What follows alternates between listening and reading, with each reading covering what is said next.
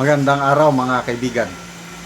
Bigyan natin ng reaction opinion itong Facebook reel posted by The Political Outlook sa debate between Senator Lacson and Senator Marcoleta sa Senado. Kagabi, napag-alaman dito yung status ng Blue Ribbon Committee report na ang tagal na, wala pang inilalabas. To a point na meron ng mga abogado nagsampa na ng petition sa Supreme Court para mapilitan si Senator Lacson na ilabas. So, ang tanong, ilan na ang nakaperma? Nako, dito, napag-alaman na inamin ni Senator Lacson, iisa pa lang ang nakaperma. Nilalangaw ang Blue Ribbon Committee report niya. Yan na yung sinasabi na Merisi Gaba. Oh, pakinggan natin. Kung si Senador Lacson po ay tapat sa kanyang paninindigan, dapat sana lahat po ng aking sinabi, hindi naman po makakasama, makakatulong po sa ating lahat para makagawa tayo ng isang ulat, sapagkat ngayon kagaya po ng kanyang inamin, ang tagal na po nung sinirculate na ulat na sa online, at sabi niya isa pa lang po ang pumirma. So, pwede po bang malaman sa ating kasama, Senador Lacson, lahat po ba nung aking binanggit sa aking privilege speech ay tutunguhan natin sapagkat potential po na panggagalingan ng maraming ebidensya? Para tapusin na po natin ito.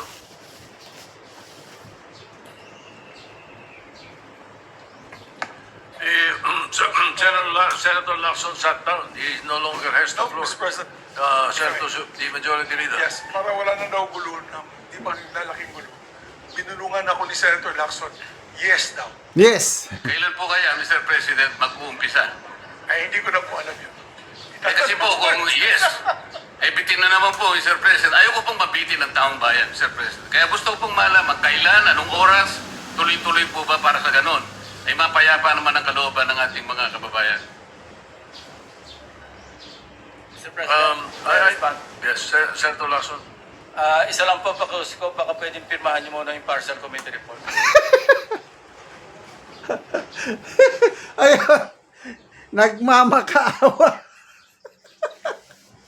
Silang pakiusap ko, pwede ba permahan niyo ang Blue Ribbon Committee report?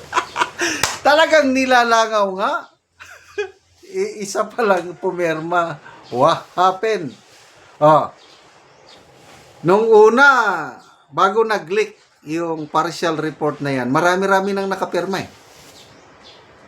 Kaya lang, nung nag-leak, biglang pumalag yung majority members na nakapirma. Kaya 3 ang umangal, binawi ang pirma. Sobiri, Gatchalian, at saka ano ito? JB Ejercito. Tapos, yun na. May nabasa kong post, sinasabi ni Senator Lacson na ni-revise na daw nila, in-improve, tapos pinirmahan niya na, tapos ang pipirma na daw na susunod. Sabi, I have signed it, sabi niya. So, I'm sure siya ang unang pumirma. Kaya lang, sabi niya, pipirmahan na rin ni Hontiveros, ni Pangilinan. Eh kung nag-iisa, wala pang pumirma kahit isa. Siya pa lang. Anong ibig sabihin? Kung ang report mo, being the chairman, ay ayaw pirmahan. Di ba? There is something questionable doon sa report na yun.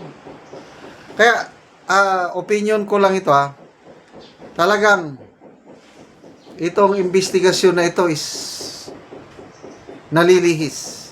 Hindi talaga natutumbok kung sino yung dapat tumbukin. Sayang. Kung hindi sana nag-change ng leadership ng Senado, baka ngayon tapos na eh. Kung si Senator Marcoleta ang nagtuloy-tuloy, nako, tapos na. Kaya ngayon, naiintindihan ko itong si Senator Marcoleta na gusto niyang matapos kahit anong iwas ng mga, sabihin na lang natin, mastermind. Kasi opinion ko lang ito. I believe the masterminds are working behind the scene. Gumagawa na, hindi, ganito. Oh, sige po, sige. Yes, boss. Yes, sir. Yes, sir. Kami na bahala. Kaya makulit itong si Marcoleta. Bakit hindi natin i-finalize ang report? Para makita. Ngayon, may lumabas na 18 Marines. Bakit ayaw patawag? Bakit ayaw mag-imbestiga? Hindi. Kasi ang investigasyon dapat ang inaalam katotohanan. Hindi pwedeng kasinungalingan. Nag-judge na siya kaagad, itong si Senator Lacson na kasinungalingan na kaagad.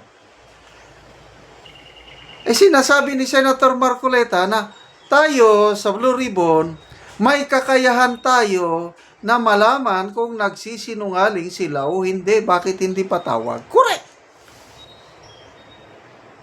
Sabihin natin nagsisinungaling.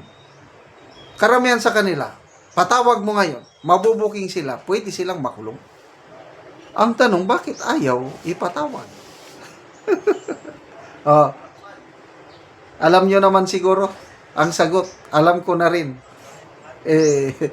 Malala ko tuloy si Congressman Edgar Erese. Idol! Senator Lacson, what happened? Anyari? Party ka na ba ng cover up?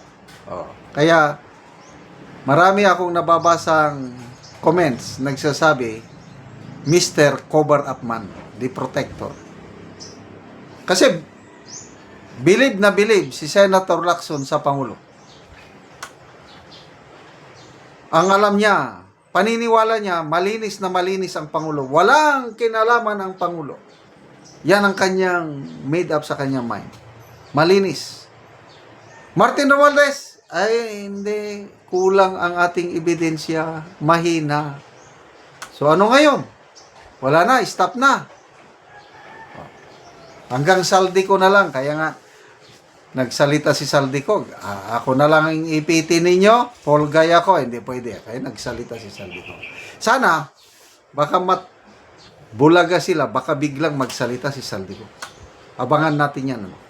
Sasabihin niya, mag-video na naman. Totoo ang sinasabi ng 18 ex-Marines. Mga tauhan ko yan. Yes, nag-deliver kami. Naku, patay sila ngayon. Sana mangyari yon. Di ba? Salamat mga kaibigan sa inyong pagsubaybay sa ating channel. Nakakatulong kayo ng malaki sa tribong Talaandig ng Bukidnon dahil ang sweldo natin sa channel na ito is pantulong po sa tribo. Namimigay tayo ng libreng yero at pako para makapagpatayo sila ng mas maayos na tirahan. Panoorin nyo ang video nito. Karon muna ni ang yero nga gihatag sa mga tao ug karon dagan sila nga nagtabangan.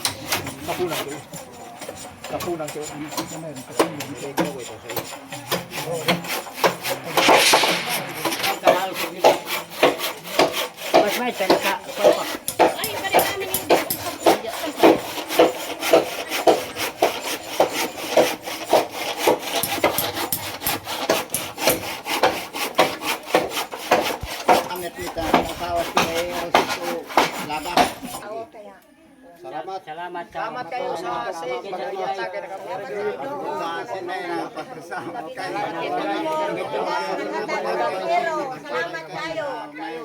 Sarugay na nga panahon na taga na election para sa among waiting seat sa City Garden.